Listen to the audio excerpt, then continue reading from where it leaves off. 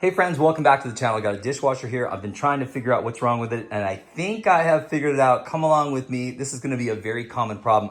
The water is in here and it is not draining.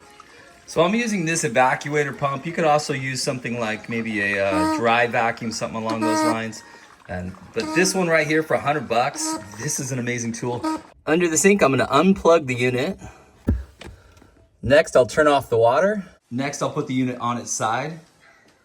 Now for me, my hoses are long enough that I still have not disconnected these yet. And double check you have the electricity turned off. If yours is hardwired, you're gonna have to go to your breaker box and turn it off. Oh, I got a helper here. Thank you, Riley. So here's my drain, now that we've got it on its side. I'm gonna disconnect the drain piece right here. Let's squeeze together this clip. Gently back it off. There was a little water, not too much. So with this type of a unit, this white part right here, we should be able to twist this right off. Look at that.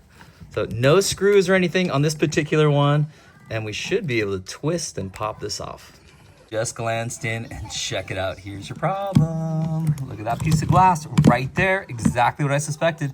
That piece of glass is what's plugging up this drain, causing it not to work. All right, reverse order. Let's get everything back together. Put it on, and then we're gonna twist this direction. Solid twist. Put this back on. Just right back where it was. The dishwasher's back in, it's working perfect, yay! Hey, before I button it up, every single appliance I have that has water going to it, I put one of these, and I strongly suggest you do too. This is a water alarm right here. Here's the way it works. These little prongs on the bottom, if those 4 prongs get water on them, like this, it alerts you, lets you know you have a water issue. So everything's all buttoned up down there. I'm just gonna gently slide this in. It'll just live right there.